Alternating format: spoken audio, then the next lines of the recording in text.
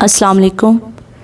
آج میں آپ کی خدمت میں جو ناول لے کر حاضر ہوئی ہوں اس کا نام ہے پریزاد، جس کے رائٹر کا نام ہے ہاشم ندیم۔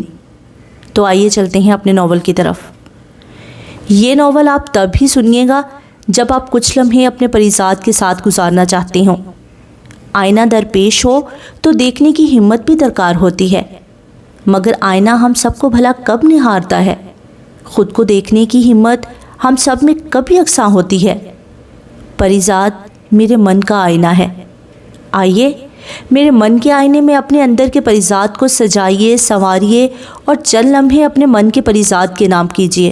ایک سرائکی کہاوت ہے کہ میرے محبوب ایسے یک بار کی جدائی بہت تکلیف دہ ہوگی۔ تجھے مجھ سے بچھڑنا ہی ہے تو دھیرے دھیرے قسطوں میں بچھڑ۔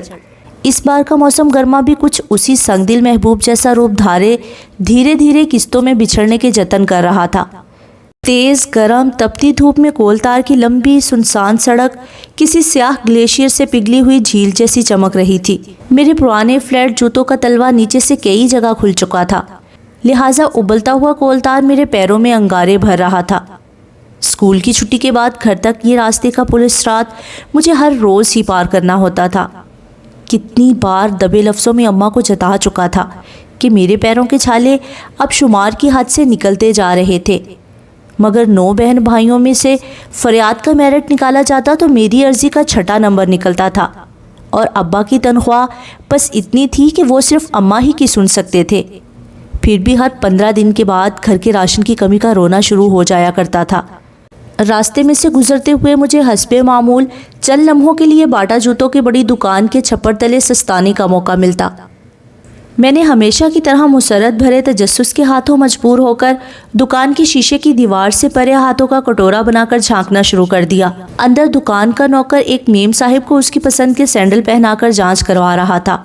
کتنی پیاری تھی وہ گوری سی میم، دودھ سی دھلی ہوئی، آبشار کی جلترنگ کی مانند نکھری نکھری سی، مگر میرے خیالات کا تسلسل جلد ہی ٹوٹ گیا، کیونکہ شاید پہلے دکان کے مالک اور پھر نوکر نے بھی مجھے دیکھ لیا تھا۔ نوکر تیزی سے دکان سے باہر آیا اور مجھے حقارت بھرے لہجے میں جھڑکنے لگا۔ اوئے لڑکے، کتنی بار تجھ سے کہا ہے کہ یہاں شیشے کے پاس کھڑا نہ ہوا کر، سارا شیشہ گندا کر دیا، چل بھاگ یہاں سے ورنہ مار کھائے گا آج مجھ سے۔ میں جلدی سے گھبرا کر اپنا بستہ سنبھالتے ہوئے وہاں سے آگے بڑھ گیا۔ یہ نفرت، یہ حقارت اور یہ رویہ میرے لیے کوئی نئی بات نہیں تھی۔ بچپن سے ہوش سنبھالتے ہی مجھے ہر طرف سے ایسے ہی تحقیر آمیز رویوں کا سامنا تھا، اور پھر لوگوں سے گلہ شکوہ کیوں کر؟ میری صورت، میرا حلیہ ایسے ہی رویے، ایسی ہی حقارت اور نفرت کا متقاضی تھا۔ میں اپنے ماں باپ کا چھٹا بچہ تھا۔ ابا ایک شربت کی پیکنگ والی پرائیویٹ فیکٹری میں کام کرتے تھے۔ صبح سے شام تک بوتلوں کو گتے کے ڈبے میں بند کر کے شام کو جب وہ گھر آتے تو ان کے غصے کا جن کھل چکا ہوتا، اور ہم سب کہیں دبک کر وقت گزارا کرتے تھے۔ قلیل تنخواہ، ضروریات، مہنگائی، اوپر سے 9 بچوں کی فوج۔ کبھی کبھی مجھے ایسے لگتا تھا کہ یہ جو غریب ماں باپ ہوتے ہیں یہ اپنی غربت کو بانٹنے کے لیے اپنا آنگن بچوں سے بھر لیتے ہیں، یا پھر شاید یہ ان کا غربت سے کوئی انتقام ہوتا ہے۔ وہ سردیوں کی ایک طویل اور کٹھن رات تھی جب میرا جنم ہوا۔ دائی بتاتی تھیں کہ میری پیدائش کے وقت حسب معمول خوراک کی کمی کی وجہ سے اماں کی صحت اور طبیعت کافی بگڑی ہوئی تھی۔ نتیجہ میری صورت میں ایک کمزور، لاغر اور گہرے سانولے رنگ کا بچہ اس دنیا میں وارد ہوا۔ میرے باقی بہن بھائی پھر بھی کافی بہتر اور کھلی ہوئی گندمی رنگت لیے پیدا ہوتے تھے، پر نہ جانے قدرت نے یہ ساری سیاہی میرے مقدر کی دوات میں کیوں اونڈیلی تھی۔ چھوٹی خالہ کی اماں سے ہمیشہ ہی کچھ کھٹ پٹ چلتی رہتی تھی، لہٰذا انہیں تو جیسے ہی موقع مل گیا پھر سے طنز کے تیر چلانے کا۔ چھٹ سے بولی، آئے ہائے باجی، یہ اتنا کالا کلوٹا سا بچہ کس پہ چلا گیا؟ لگتا ہے جیسے اماوس کی رات آنگن میں اتر آئی ہو۔ آس پاس کھڑی سبھی عورتیں زور سے کہکہا مار کر ہنس پڑی۔ اماں جو پہلے ہی میرے رنگ کی وجہ سے جلی بھنی پڑی تھیں، دل ملا ہی تو گئیں اور جھٹ سے بولیں، جیسا بھی ہے تو میری ہی اولاد، اور بھئی مجھے تو تمہاری اس بھینگی بیٹی سے زیادہ ہی پیارا لگتا ہے۔ اب جلنے کی باری خالہ کی تھی۔ تڑپ کر بولی، ہاں بڑا کوکاف کا شہزادہ جنا ہے تم نے۔ اماں بھلا کہاں پیچھے رہنے والی تھی؟ پلٹ کر ترکی بہ ترکی حساب برابر کیا۔ ہاں میرے لیے تو کوکاف کا شہزادہ ہی ہے، اور میں نے اس کا نام بھی شہزادوں جیسا سوچ رکھا ہے، پریزاد۔ ہاں یہی نام ہوگا میرے بچے کا۔ پریزاد۔ سبھی عورتیں زیر لب بڑبڑائیں اور کنکھیوں سے ایک دوسرے کو اشارے کرتی اور معنی خیز مسکراہٹ لیے یہ کہتے باہر نکل گئی، پری پیکر سنا تھا، یہ پریزاد بھلا کیا نام ہوا؟ بس وہی دن تھا جب میری قسمت میں ہمیشہ کے لیے لوگوں کی نظر میں تمسخر، طنز اور حقارت لکھ دی گئی تھی۔ کاش اس روز اماں چھوٹی خالہ کے طنز کے جواب میں خاموش رہتی تو شاید میری زندگی اتنی تلخ نہ ہوتی۔ میری کالی گھٹاؤں جیسی رنگت، لاغر جسم اور غیر دلکش نین نقش والی مسکین سی صورت کا تعارف جب پریزاد کے نام سے کروایا جاتا تو اگلا سننے والا کہکہے مارنے پر مجبور ہو جاتا تھا۔ مجھے یاد ہے جب مجھے پہلی جماعت میں داخل کروایا گیا تو استاد نے سب بچوں کو فردن فردن کھڑے کر کے ان کے نام پوچھے تھے۔ میری باری آئی تو میں نے کھڑے ہو کر معصومیت سے اپنا نام بتایا، پریزاد۔ استاد چند لمحے حیرت سے میرے پرانے لباس اور حلیے کو دیکھتا رہا اور پھر مجھے دیکھ کر زور سے ہنس پڑا۔ واہ شہزادے، نام تو بڑا کمال کا رکھا ہے ماں باپ نے۔ استاد کی بات پر باقی بچے بھی زور سے ہنس پڑے۔ تب مجھے سمجھ نہیں آیا تھا کہ آخر میرے نام میں ایسی کیا خامی ہے کہ جو بھی سنتا ہے مذاق اڑاتا ہے، مگر پھر دھیرے دھیرے مجھے اس بات کا احساس ہوتا گیا کہ مسئلہ میرے نام کا نہیں، میری صورت کا ہے۔ دھیرے دھیرے اسکول میں میرا نام بذات خود ایک مذاق بنتا چلا گیا، اور پھر اسکول ہی کیا، گلی محلے اور بازاروں میں جہاں بھی میرے نام کی شہرت پہنچتی، پہلے تو لوگ اچنبھے کا شکار ہو جاتے اور پھر مجھ پر نظر پڑتے ہی ان کی یہ حیرت ایک طنزیہ مسکراہٹ میں تبدیل ہو جاتی۔ مگر میں اس وقت ایک ناسمجھ بچہ اور معصوم تھا۔ میں یہ نہیں جانتا تھا کہ اس دوگلی دنیا میں انسان کا من چاہے جتنا بھی میلا ہو، اس کا تن ضرور اجلا ہونا چاہیے۔ بندے کے دل میں چاہے کتنا ہی کھوٹ ہو، اس کے چہرے اور صورت میں کوئی کھوٹ نہیں ہونا چاہیے، کیونکہ یہ دنیا ظاہر پرستوں کا ڈیرا ہے۔ روح کے اجلے پن اور خوبصورتی کو پرکھنے والی آنکھیں ان بے بصیرت لوگوں کے پاس کہاں ہیں؟ میری بد نصیبی کی داستان یہیں ختم نہیں ہوتی تھی۔ قدرت کے مذاق میرے ساتھ سنگین ترتیب ہونے لگے۔ جب شاید 2.5 یا 3 سال کی عمر سے ہی میرے من میں چبھی خوبصورتی کی چاہ کو آس پاس کے لوگوں نے محسوس کرنا شروع کر دیا۔ اماں بتاتی تھی کہ بھری پوری محفل میں جب کوئی مجھے پکارتا تو میں درمیان میں بیٹھی درجن بھر عورتوں کو چھوڑ کر صرف اسی کی گود میں جا بیٹھتا جو اس محفل میں سب سے اجلے چہرے والی ہوتی تھی۔ خوبصورتی کی یہ چاہ صرف خوبصورت چہروں تک ہی محدود نہیں تھی، مجھے قدرت کی بنائی ہر خوبصورت چیز سے پیار ہو جاتا تھا، پھر وہ چاہے پھول ہوں، رنگ ہوں، آسمان یا بادل، کوئی دھن ہو، بارش یا برف سے سجا کوئی نظارہ۔ مجھے یاد ہے میں اسکول کے راستے میں پڑنے والی تصویروں کی دکان کے باہر گھنٹوں کھڑا خوبصورت نظاروں والی تصاویر دور سے ہی دیکھ دیکھ کر خوش ہوتا رہتا تھا، مگر مجھ جیسے غریب خاندان میں پیدا ہونے والے بچے کے اندر پلتی یہ حسن پرستی میرے لیے ایک دوہرا عذاب بنتی گئی۔ دنیا کی ہر خوبصورت چیز پر شاید صرف حسین لوگوں کا ہی حق ہوتا ہے، بدصورت لوگوں کے لیے معاشرے میں ہر طرف صرف بدصورتی ہی پنپتی ہے۔ میرے آس پاس بھی ہر لمحہ وہی بدصورتی ہی بھٹکتی رہتی تھی۔ چھوٹا سا کچا گھر، کچرے سے اٹی گلیاں، دھول اڑاتا محلہ، اور سب سے بڑھ کر میرے لیے لوگوں کی کرخت اور بدصورت سوچ اور نظر۔ اس پر ایک طرفہ ستم یہ بھی ہوا کہ 5ویں جماعت میں جس دن اسکول میں چیچک سے بچاؤ کے ٹیکے لگانے والی سرکاری ٹیم آنی تھی، اس روز میں نہ جانے کس وجہ سے اسکول نہیں جا پایا۔ ان دنوں ملک میں چیچک پوری طرح پھیل رہی تھی، اور ٹھیک 1 ماہ بعد میرے چہرے پر عجیب سے سرخ دانے ابھرتے دیکھ کر اماں نے چلا کر ابا سے کہا کہ پریزاد کے بابا، یہ لڑکے کا چہرہ تو دیکھو، یہ کیسے دانے ہیں؟ ابا بھاگم بھاگ میرے لیے سرکاری ہسپتال ٹیکہ لگوانے پہنچ تو گئے، مگر تب تک بیماری اپنا کام کر چکی تھی، اور چند ہفتوں بعد ہی جب میرے چہرے سے زخموں کا کھرنڈا اترا تو ساری عمر کے لیے میرے چہرے پر چیچک کے بدنما داغوں کی نشانی چھوڑ چکا تھا۔ مگر میرے دل پر ان داغوں سے کہیں زیادہ گہرے داغ اور زخم ان لوگوں کی باتوں نے لگائے تھے جو بظاہر میری تیمارداری اور اماں سے ہمدردی جتانے کے لیے آتے تھے، مگر ہنسی اور مذاق کی تہ میں چھپے طنز کے ایسے نشتر اور تیر چلاتے تھے کہ اس چھوٹی عمر میں بھی میرا دل چھلنی ہو جاتا تھا۔ کون کہتا ہے کہ انسان نے اس جدید دور میں میزائل، بم اور ڈرون ایجاد کر کے تباہی پھیلائی ہے؟ جتنا گہرا گھاؤ انسان کی زبان کسی انسان کے دل پر کر سکتی ہے، اس کی کاٹ اور زخم کا مقابلہ بھلا یہ نئے دور کے ہتھیار کیا کر پائیں گے؟ کبھی کبھی میں سوچتا تھا کہ ایٹم بم بنانے والے سائنسدان کو شاید زبان کے زہر کا ٹھیک طرح سے ادراک نہیں تھا، ورنہ اسے دنیا برباد کرنے کے لیے اتنی محنت نہ کرنا پڑتی۔ شاید میرے ماں باپ کا اس معاملے میں اتنا قصور نہیں تھا، جب کسی غریب گھرانے میں یکے بعد دیگرے اوپر نیچے 9 بچے پیدا ہو جائیں تو پھر ان بچوں میں سے کسی ایک کی حساسیت کا بھلا کسے خیال رہتا ہے؟ یہ میری اپنی بدقسمتی تھی کہ میں ایسی صورت کے باوجود بھی اندر سے بے حد حساس واقع ہوا تھا۔ بدصورت اگر حساس بھی ہو تو اسے سونے پہ سہاگا ہی کہا جائے گا۔ کاش انسان اس دنیا میں غریب ہی پیدا ہوتا، یہ صرف نازک دل۔ مجھ جیسے لاکھوں کروڑوں بچے اس ملک کی انہی گلی کوچوں کی دھول چاٹتے ہوئے رول کھل کر بڑے ہو ہی جاتے ہوں گے، مگر میری حساسیت نے میری زندگی کا خارزار میرے لیے طویل تر کر ڈالا۔ میں جتنا لوگوں کی آنکھوں سے چھپتا اتنا ہی ان کی نظر میں آتا تھا، اور پھر میرے اندر پلتا وہ ایک حسن پرست پریزاد جسے ہر خوبصورت چہرہ اپنی جانب لبھاتا تھا۔ کسی ماہ جبیں کی ایک جھلک میرے دل میں اتھل پھتل مچا دیتی تھی۔ دھڑکن اتنی تیز ہو جاتی کہ لگتا تھا ابھی دل سینے کا پنجرا توڑ کر باہر نکل آئے گا، مگر میں اس آفتے روگ سے اس وقت تک ناآشنا رہا جب تک میں نے لڑکپن میں قدم نہیں رکھا تھا۔ بچپن تو یوں ہی مٹی کے صحن میں مٹی ہوتے گزرتا گیا۔ مجھ سے بڑی 3 بہنیں اور سب سے بڑے 2 بھائی، اور مجھ سے چھوٹی 1 بہن اور 2 بھائی، سبھی کی زندگی مزے میں گزر رہی تھی، کیونکہ انہیں نہ تو اپنی زندگی سے کوئی توقع تھی، نہ ہی جیون کا برتاؤ ان سے کچھ الگ تھا۔ شاید زندگی میں سب سے بڑی دشمن ہماری اپنی توقع ہوتی ہے۔ کانٹوں میں الجھا دینے والی امیدیں، گرم تپتی ریت پر چلنے پر مجبور کرنے والی توقعات۔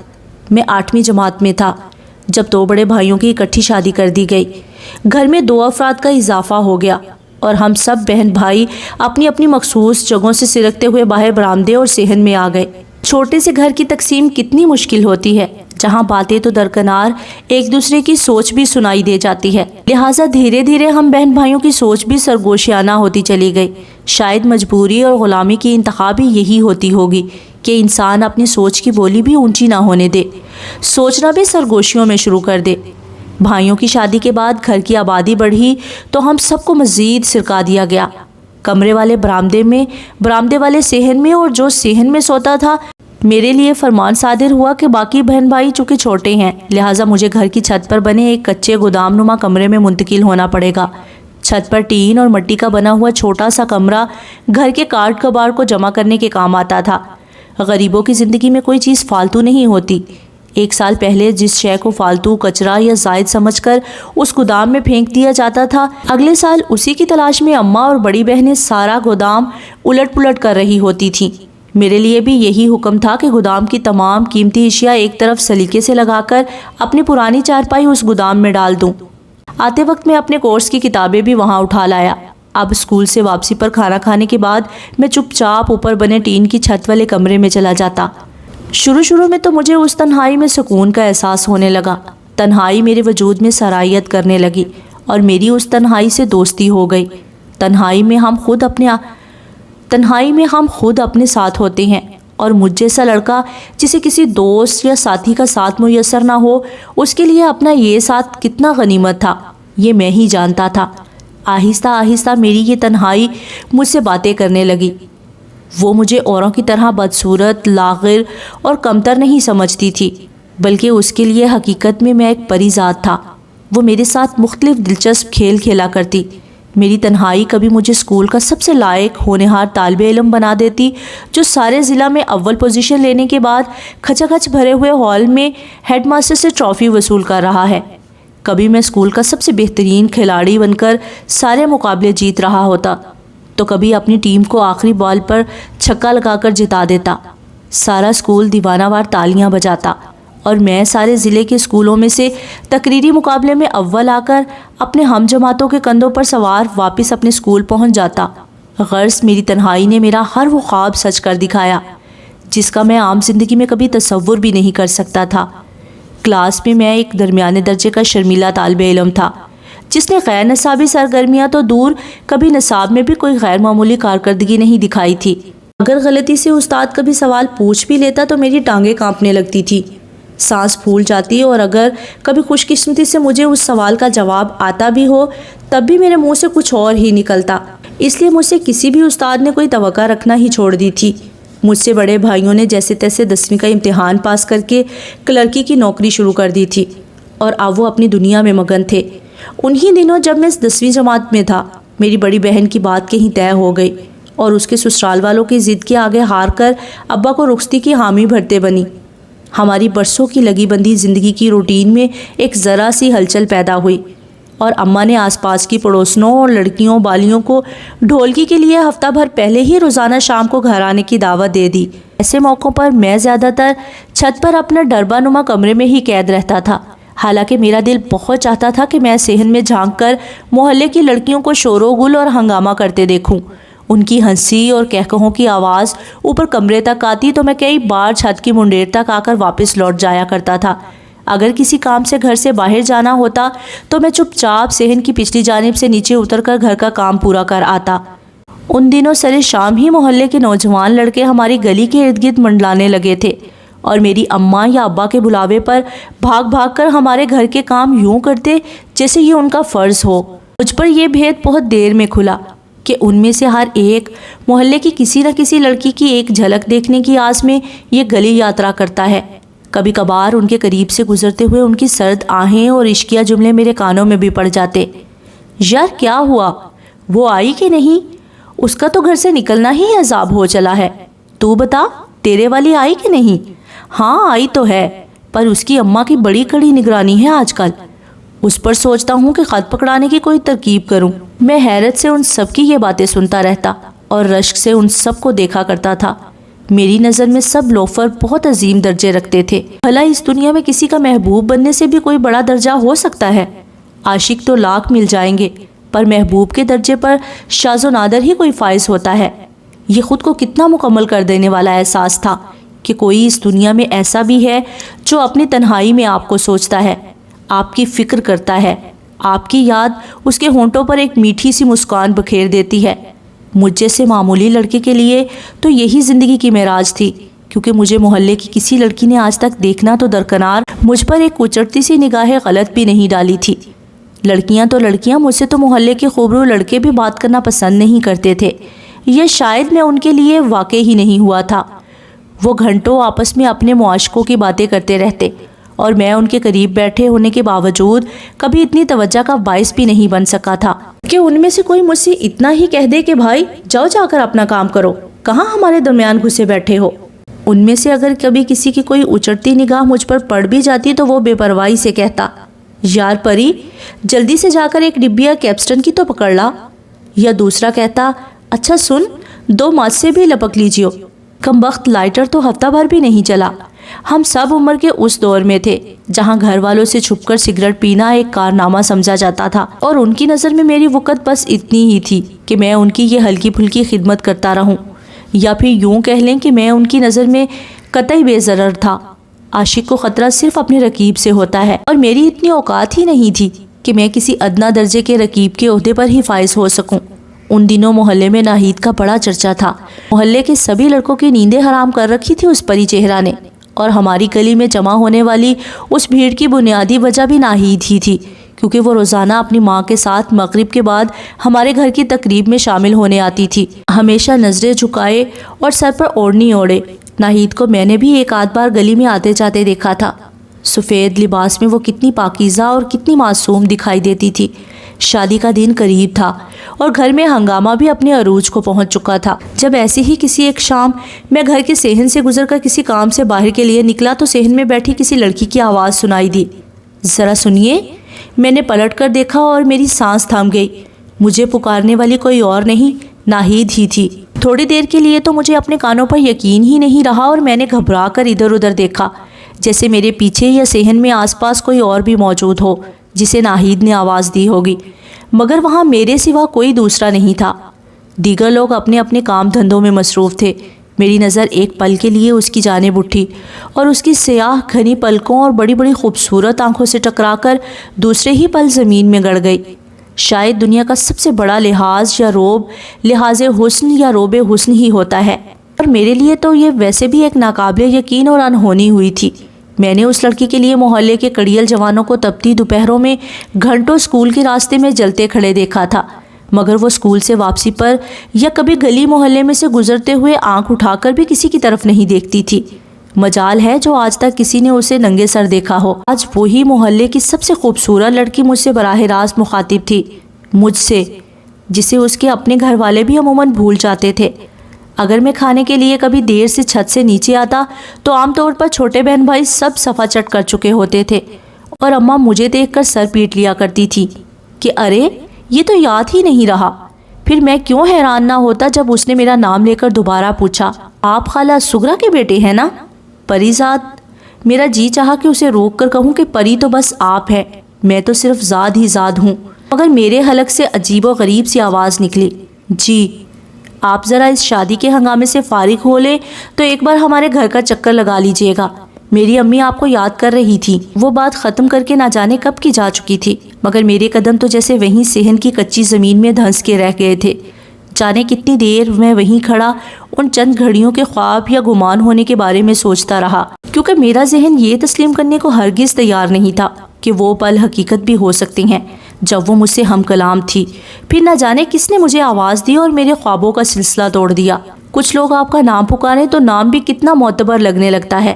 میں جیسے کسی طلسم کے زیر اثر باہر گلی میں نکلا تو حسب معمول لفنگوں کی ایک ٹولی گلی کے نکڑ پر جمع تھی۔ وہ سب اسی کی باتیں کر رہے تھے، ان میں ماجد بھی تھا، محلے کا سب سے کڑیل اور خوبرو نوجوان، میرے ہم عمروں میں سے سب سے زیادہ زندہ دل اور ہر محفل کی جان، پڑھائی لکھائی میں بھی آگے، اور شام کو جب محلے کے باقی لڑکے بڑے میدان میں کرکٹ کھیلا کرتے تھے تو ماجد کی تیز بولنگ اور ہوا میں اڑتے لمبے بال دیکھنے کے لیے ہم سبھی تماشائی گھنٹوں کھڑے رہا کرتے تھے۔ میں چپ چاپ نکڑ پر کھڑے لڑکوں کی ٹولی کے پاس آ کر کھڑا ہو گیا۔ وہ سب ناہید ہی کا ذکر کر رہے تھے۔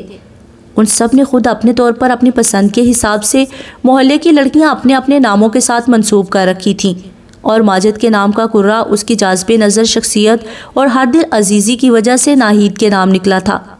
ماجد خود بہت عرصے سے ناہید کے گھر کے چکر کاٹ کاٹ کر تھک چکا تھا، مگر بقول اس کے وہاں اس کی دال گلتی نظر نہیں آتی تھی۔ اس وقت بھی وہی ذکر جانا جاری تھا۔ اکرم نے پوچھا، یار بتا تو صحیح، کچھ بات تو کی ہوگی اس نے تجھ سے؟ ماجد نے ایک لمبی سی سرداہ بھری، کہاں یار، اس نے تو جیسے مجھ پر نظر نہ ڈالنے کی قسم کھا رکھی ہے، جانے کب اپنے بھاگ کھلیں گے۔ پھر اچانک ماجد کی مجھ پر نظر پڑی۔ میں منہ کھولے محویت سے ان کی باتیں سن رہا تھا۔ ماجد نے ایک دم ہی مجھ سے سوال کر ڈالا، ابے پری زاد، تو نے کبھی کسی سے عشق کیا ہے؟ سب لڑکوں نے ماجد کی بات سن کر زوردار کہکہا لگایا۔ میں شرمندہ ہو کر بولا، میں نے؟ نہیں تو۔ ماجد سنجیدہ سی شکل بنا کر بولا، ہر کسی کو زندگی میں ایک بار عشق ضرور کرنا چاہیے، عشق آدمی کو انسان بنا دیتا ہے۔ اکرم نے شرارت سے ماجد کی طرف دیکھا اور معنی خیز لہجے میں بولا، صرف ایک بار؟ ذرا پھر سوچ لے ماجد۔ سب لڑکے ایک بار پھر زور سے ہنس پڑے۔ سارا محلہ جانتا تھا کہ نہ صرف ہمارے محلے میں بلکہ آس پاس کے جانے کتنی گلیوں میں ماجد کے چکر چلتے تھے۔ ایک بار تو میرا جی چاہا کہ میں بھی ان سب کو آج یہ بتا کر حیران کر دوں کہ جس ناہید کی ایک جھلک پانے کے لیے وہ سب یہاں گھنٹوں سے کھڑے ہیں، اسی ناہید نے آج خود مجھ سے نہ صرف بات کی ہے بلکہ اپنے گھر بھی بلایا ہے۔ مگر پھر میں یہ سوچ کر خاموش ہو گیا کہ بھلا کون میری بات پہ اعتبار کرے گا، الٹا مزید مذاق بنے گا میرا، لہٰذا میں چپ چاپ وہاں سے آگے گزر گیا۔ مگر میری زندگی کی وہ پہلی رات تھی جو مجھ سے گزارے نہیں گزری۔ پہلے تو میں اپنے کمرے کے اندر چارپائی پر کروٹیں بدلتا رہا، اور پھر تنگ آ کر میں نے جھلنگا سی چارپائی کو کمرے سے باہر کھینچ کر کھلے آسمان تلے تاروں کی چھت کے نیچے ڈال دیا، اور پھر ساری رات تاروں سے پوچھتا رہا کہ آخر ایسی کیا بات ہو سکتی ہے جس کے لیے اس ستارہ جبی نے مجھے اپنے گھر آنے کا کہا ہے۔ کہتے ہیں دنیا میں یہ جادوگر اور بازیگر ہمیں کھلا دھوکہ دیتے ہیں، ہماری نظر بندی کر کے جانے کیسے کیسے کھیل تماشے دکھا جاتے ہیں، آنکھوں میں دھول جھونکتے ہیں۔ مگر اس رات مجھے یہ احساس ہوا کہ سب سے بڑا جادوگر اور ماہر ترین بازیگر تو خود ہمارے سینے کے اندر دھڑکتا یہ دل ہوتا ہے۔ جادوگروں اور بازیگر کی نظر بندی کا علاج تو شاید پھر بھی ممکن ہو، مگر اس کمبخت دل کی نظر بندی کا کوئی علاج نہیں ہوتا۔ میرے دل نے بھی اس رات میری عقل پر پردے ڈال کر میری نظر بندی کر دی تھی۔ اپنے سیاہ چیچک زدہ چہرے کو بھلا کر میں کسی شہزادے کی طرح ساری رات اپنے سپنوں میں ناہید کا ہاتھ تھامے انجان وادیوں میں بھٹکتا رہا۔ کبھی کبھی ہمارے خواب کتنے خوبصورت ہوتے ہیں، شاید اسی لیے انہیں خواب کہا جاتا ہے۔ اس رات کے بعد نیند تو جیسے مجھ سے روٹ سی گئی تھی۔ جیسے تیسے کر کے میں نے شادی کے دن کسی طرح گزارے، اور رخصتی کے ٹھیک دوسرے دن میں نے جھجکتے ہوئے ناہید کے گھر کے دروازے پر دستک دی۔ ناہید کے ابا نے دروازہ کھولا۔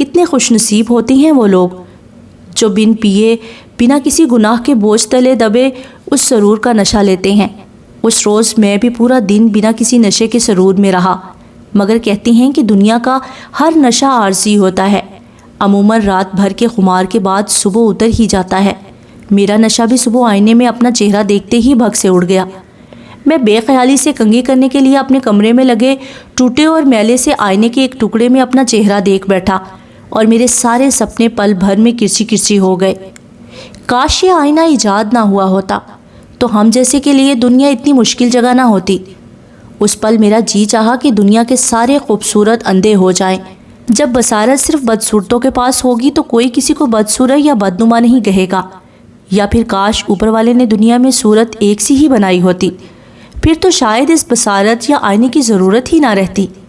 اگلے روز ناہید کے گھر کے باہر ہی مجھے ماجد نے دھر لیا۔ ہاں شہزادے، یہ کیا چکر ہے؟ ہمارے سجن کے گھر، وہ بھی ہم سے چھپ چھپ کے؟ میں نے ماجد کو ٹیوشن والی بات بتائی۔ ماجد نے ایک سرد آہ بھری۔ ہاں میاں، یہی تو فائدے ہوتے ہیں لکھ پڑھ جانے کے۔ چلو عیش کرو، میری قسمت میں تو شاید ویسے بھی اس ظالم کی نظر نہیں ہے، کبھی پلٹ کر دیکھتی تک نہیں۔ پھر ماجد کو جیسے کچھ یاد آ گیا۔ ارے ہاں، یاد آیا یار، ایک خط تو لکھ دے کسی کے نام۔ دراصل میری لکھائی اتنی اچھی نہیں ہے، اور سنا ہے لڑکیوں پر اچھی لکھائی کا بڑا اثر پڑتا ہے۔ کوئی اور وقت ہوتا تو میں شاید ماجد کو ٹال دیتا، کیونکہ ہر ہفتے کسی نہ کسی کے قدموں میں پھینکنے کے لیے ماجد کو ایسے خط اور رکو کی ضرورت پڑتی رہتی تھی۔ مگر اس وقت چونکہ ٹیوشن کا وقت نکلا جا رہا تھا، اس لیے میں نے بادل نخواستہ چند سطور ایک سادے صفحے پر کھینچ کر ماجد کے حوالے کر دی۔ وصول کرنے والی کا نام اس نے نہیں لکھوایا، اور اپنے نام کی جگہ بھی اس نے خالی رہنے دی تاکہ وہ اپنے متاثر کن دستخط کر سکے۔ میں جیسے تیسے جان چھڑا کر ناہید کے گھر کے دروازے کی طرف بڑھ گیا۔ آج مرزا صاحب بھی گھر میں موجود تھے اور صحن میں بیٹھے اپنا حقہ گڑگڑا رہے تھے۔ ہماری پڑھائی کے دوران وہ بھی وقتاً فوقتاً لقمے دیتے رہے، اور کچھ جگہ انہوں نے میری تصحیح بھی کی۔ اب انہیں کون بتاتا کہ تصحیح ہوش مندوں کے لیے ہوتی ہے، مدہوش بھلا یہ درست اور غلط کی تکرار کیا جانے۔ ناہید کی باتوں سے اس دن میں نے اندازہ کیا کہ اسے شعر و شاعری سے کافی لگاؤ ہے، اور اسے بہت سارے اچھے شعر بھی زبانی یاد ہیں۔ مگر میرے ساتھ ایک بہت عجیب سا مسئلہ یہ تھا کہ میں دن بھر شام کے 4 بجنے کا انتظار کرتا رہتا، پل پل کانٹوں پر کاٹ کر گزارا کرتا، مگر جیسے ہی ناہید میرے سامنے آتی اور اس کے حسن کے نور کی پہلی کرن میری آنکھوں میں پڑتی، میری نظریں خود بخود جھک جاتی تھی۔ مجھے ناہید کے گھر ٹیوشن پڑھانے کے لیے جاتے ہوئے 7-8 روز ہو چکے تھے، اور ان 7-8 دنوں میں نے شاید 7 پل کے لیے بھی اس کے چہرے کو براہ راست نظر بھر کر نہیں دیکھا تھا۔ بس اس کا ہاتھ، اس کے کنگن، چوڑیوں کی کھنکھناہٹ، اس کی آواز کا زیر و بم، اس کے بالوں کی وہ ایک لمبی سی شریر لٹ جو بار بار چہرے سے نیچے ڈھلک کر اسے تنگ کرتی رہتی تھی، اس کی مخروطی انگلیاں اور اس کا وہ قلم پکڑنے کا ایک خاص انداز، بس یہی کچھ ان پلوں کا سرمایہ تھا۔ ہاں، البتہ ایک فائدہ مجھے یہ ضرور ہوا تھا کہ ناہید کو اردو پڑھانے کے چکر میں میں خود دن بھر اردو کے رٹے لگاتا رہتا، اور اپنے اردو کے استادوں سے اس روز کی ٹیوشن یا باب کے بارے میں اچھی طرح سمجھ کر آتا تاکہ مجھ سے کوئی غلطی نہ ہو جائے۔ اس مشق میں میری اپنی 10ویں کی اردو کی تیاری بہت اچھی ہوتی گئی۔ میرے میٹرک کے امتحانات قریب آ رہے تھے۔ اسکول کی طرف سے 10ویں جماعت کو شہر کے مقامی سینما میں اردو فلم دکھانے کے لیے لے جایا گیا۔ ہیرو پیانو پر بیٹھا ایک محفل میں ہیروئن کو اپنے دل کا حال سنا رہا تھا۔